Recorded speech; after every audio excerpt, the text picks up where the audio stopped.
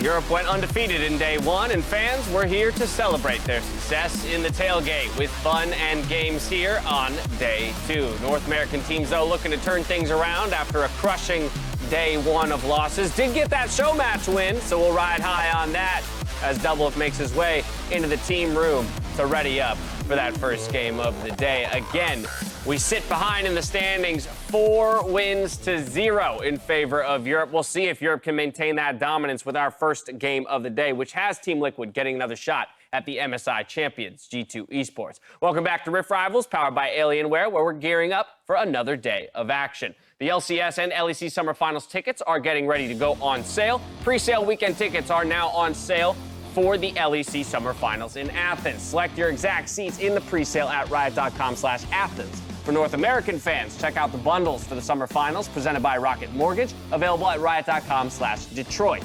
Now, if you missed day one, I've got a relatively simple recap. Europe showed up, taking all 4 matches to kick off the week. While that might not surprise the most passionate of LEC fans, what we're seeing is that Fnatic and Origin are improving in a way that could only be attributed to being in a league with the MSI champions. Yeah, one of the cool things that we in Europe do have is that we now have a winning team. It's very rare for us to have that. But what it's actually done is it's kind of elevated every other team around them, because G2 have introduced what is currently one of the most successful ways to play the game. And they force you to play a very reactive style, and you kind of have to get down and dirty into the chaos with which G2 creates. That kind of forces our teams in Europe to be a lot more flexible, a lot more draft focused. They also have to be willing to match every punch that gets thrown at them. So we've actually seen a lot of growth from some of our top teams, especially from spring moving into summer. Yeah, one of the really interesting things that we've seen a lot of extra creativity from the other teams, I think based a lot on being forced by G2 to explore these options. I mean, G2 have not only fastest game time in LEC and the most combined kills per minute, but also on the world stage, all across the world, they rank in the very top percentage of those statistics. And it really is this flexibility that they're bringing to the table. It doubles on itself too, right? This idea of a top team having flexibility and ingenuity forces you, one, to kind of learn their flexibility and ingenuity, but also to try and look for a way to take it down, right? And so again, having to innovate themselves on how to take down G2's strategies. And that's what Fnatic did recently find, which was they were able to get their win against G2 not too long ago. And it was largely because of their very dominant early game statistics. Like, you can see them early on, last split in spring, they went on this horrendous losing streak in the first half of the split with the introduction of some new members. They band-aided some of their problems in the second half of the split, but then coming into summer, it feels like that they adapted to some of the G2 styles, with Broxah having a very impressive early game and matching some of the aggression that the likes of G2 have tried to throw at them. Yeah, I mean, statistically there, you can see the difference between spring and summer for Fnatic. While each of the EU reps have varying strengths, it's indisputable that all 3 had great bot lane performances to kick off the tournament. However, not always playing marksman. Exactly, and that's one of the key things, the flexibility that we're talking about. So everybody remembers the Team Liquid one where they're, camping bottom lane, but I actually pulled some stuff from the Origin game because it was even more intelligent than we thought. If you look at the very beginning, a lot of this is due to the early ward information that they get. They know there's a ward on the Raptors right there, but they don't have enough time left on the sweeper to clear it. So Cold goes around all of the vision that they have, makes a route directly towards bottom lane. So what you do in this situation, they started red, so you assume that he's going to Krugs because you didn't see him go over to the Raptors. Instead, they're going to force this level 2 red buff gank from Sejuani. There's almost no world where you expect this, yet they're the ones with the Yasuo and the Pyke in bottom lane, a duo that relies on all ins. You have to have that threat of going all in. They make the first gank count, and then the focus on their win condition continues. Cold goes back into the jungle. He's going to get level 3, allow time for the bottom lane to get back, and then he's going to gank again. I love it. You continue to keep up this pressure. It's what Vidius kind of mentioned for Fnatic's success versus G2, and we're seeing this from all of the European teams thus far. Continued focus on an area where you gain an advantage. He returns to the scene of the crime, goes back down bottom lane, gets another kill, and all of a sudden, this Yuumi first pick, high priority from North America looks like trash. Everything is thrown out the window there because of the intelligent working around wards, around the enemy information. Right. Those are the types of things that I always loved about jungling and love to focus on from a team-wide perspective, and what Europe is doing so well so far at Rift Rivals. This is also something where we talk a lot about European and North American teams and this ability to make 50-50 plays work, right? This play in its entirety is risky. If Cole fails his gank bot, then he's extremely far behind in the jungle. Like, his jungle pathing gets very distorted. The 2v2 doesn't get ahead, and everything goes wrong. But they're so confident in their ability to execute, and they know that they can catch the opponent off guard, that they end up making it work. And I feel like this is one of the biggest differences that we've seen between the two regions, where it feels like Europe is just willing to take a lot more risks, and they end up making them work most of the time. All right, well, that's why they sit with 4 wins, and while Europe got a minor lead to kick off the week, North America got the win that mattered, dominating the show match quite naturally. Let's go! Which brings us to this week's Mic Check, NA versus EU edition. I talked extensively on the dive yesterday about how these comps, the Diephoria, how these comps are going to work out, and Azale said comps don't matter, these players are terrible. Oh, you really can't hear the audience, actually. Yeah. It's actually pretty good. It's a lot better than I remember. What are we playing today? Probably Pike. Okay. Yeah. Pike? Really? Yeah. Pike? Yeah. Okay. It's the only thing he practiced. Okay. Let's crush these trash noobs. We can't do a huddle now. Yeah, we can. Yeah, we can. Can we? I'll lead the huddle. With the referee. Yeah. Let's get up here. Your voice is incredibly annoying, like to a point. Wait for it to spawn. Wait for him to take damage. Wait. Let's first. Yeah. Let's go. Okay, you need a kite back. Oh my god. What is this? Tryharders, Come on! Really? No. That's unbelievable. Sejuani. Oh my god. Really okay, good. Oh, baby! That's okay. I have TP. Renekton is like CS like a gold player. It's fine. I'm running down. Oh, Jarvan's not showing. I'm here. West. Tower's here. Oh, you're beast, You're dude. fucking insane. Yo, let me get a pro view replay. Oh no! Oh no! Get him! No! Get him! No! Get him! Kill him! Yes! We got him! We got him! We got him! We got him! Quadra kill? I'm back. Oh, Quadra kill! Oh, we aced. Yeah, we're kind of nice. we're kind of nice, guys. Let's start an LCS team. They're all top soon though. Kill him and run. Oh yes. Yeah. Oh! Baited and outsmarted. They thought I was bad, but I'm back.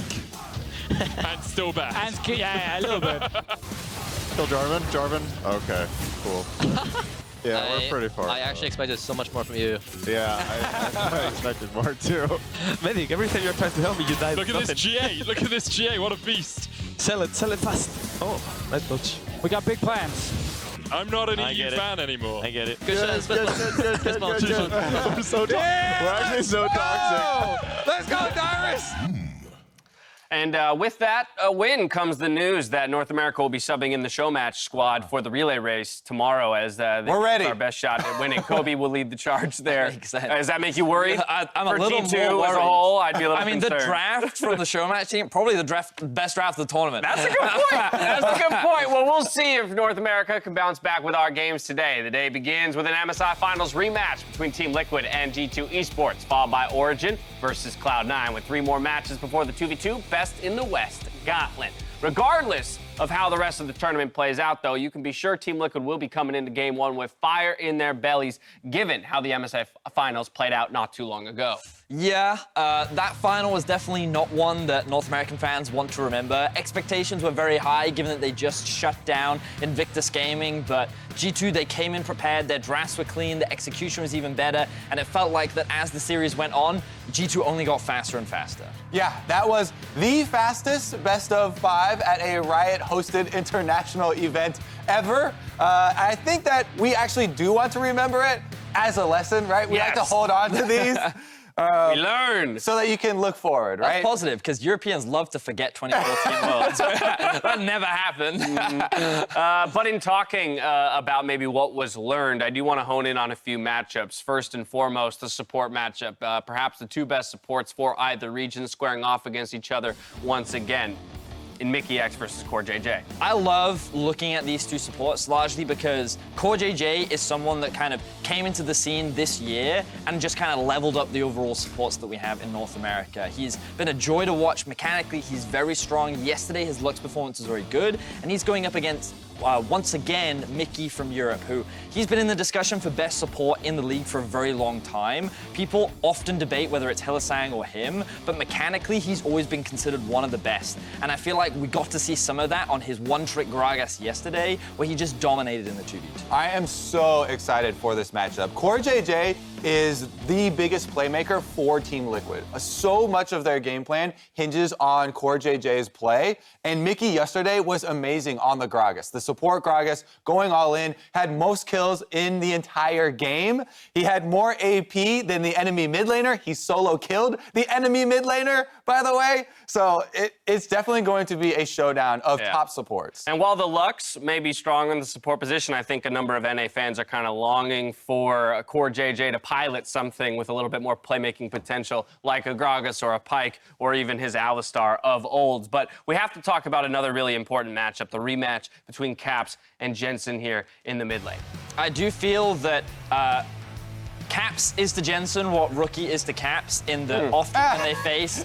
He is a hurdle that he looks to overcome. There is that one game that he gets to hold on to in MSI where he was able to have the edge over Caps, but often when they do meet, it just feels like the impact that Caps has over the map always overwhelms Jensen, and he struggles to find answers. Yeah, I think Jensen definitely eager to fight back in this matchup, and he has had a couple of good comebacks, but it's definitely going to be very difficult. To me, the biggest difference is the difference in styles of these two mid laners. Jensen is one of the more traditional, I guess I'll call it, mid laners, where they do spend much more time in mid lane. He's trying to get his advantage there, whereas Caps has been amazing and integral to G2's style of roaming very quickly to both sides of the map, getting the rest of the team going, plus adding that extra layer of flexibility. I think that's just something that Team Liquid as a whole are going to have a hard time dealing with. You know, even the draft phase versus G2, it's very difficult to, even after it's completed, figure out which lanes the champions are actually going to go to. Right, and understanding that we have not seen champion select and that there is a mismatch in styles, what would we consider a victory for Jensen in the mid lane then? Is it about just preventing Caps from getting to a side lane? Or is it about, while letting Caps do that, I'm building a 20 CS lead and taking 3 plates? Like, what is that metric that we can finally say, like, hey, Jensen performed well in this matchup, knowing that they likely won't just go toe-to-toe 1v1 the whole time?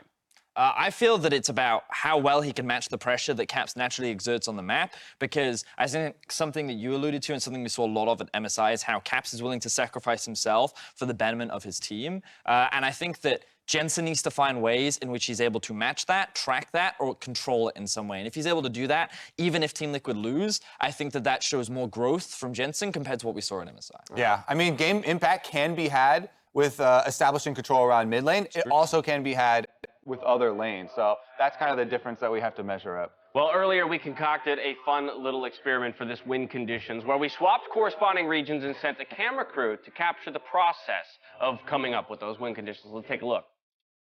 Try to stop.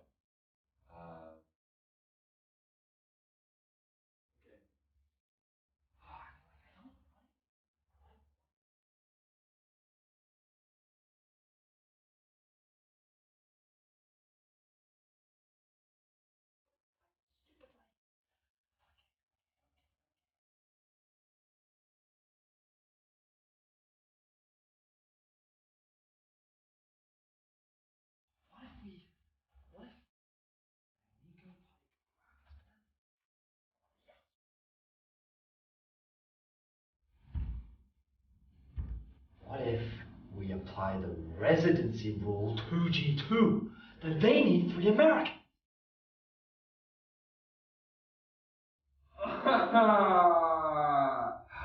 See here. 1, 2, 3, 4 Caps. All here? All right, good.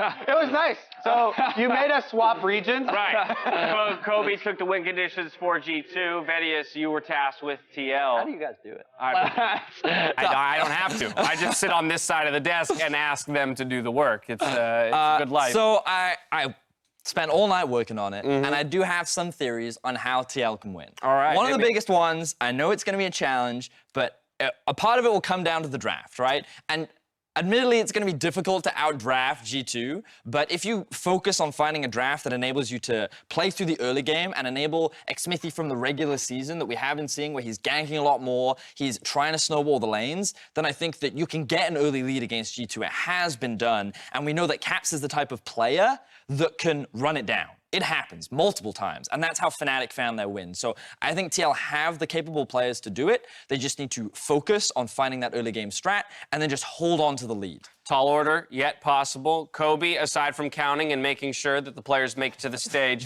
what can G2 do to ensure victory here? Yeah, I think relying on their two biggest strengths. For me, the first thing coming in was the flexibility that G2 have in draft. Rely on this to get multiple winning lanes for themselves. Even if they, like we said, complete the draft, they can still rotate the players to different roles and get the matchups that they want. And then, of course, also attack double lift early, because that is what Team Liquid rely upon, is team fighting towards the mid game. If you attack double lift early, that will delay and weaken one of their biggest strengths. All right, well, there you have it. The stage is set. We are going to take a quick break, but when we return, casters bring us into side selection 2v2, which pits Impact and Jensen versus Wonder and Caps. You won't want to miss it.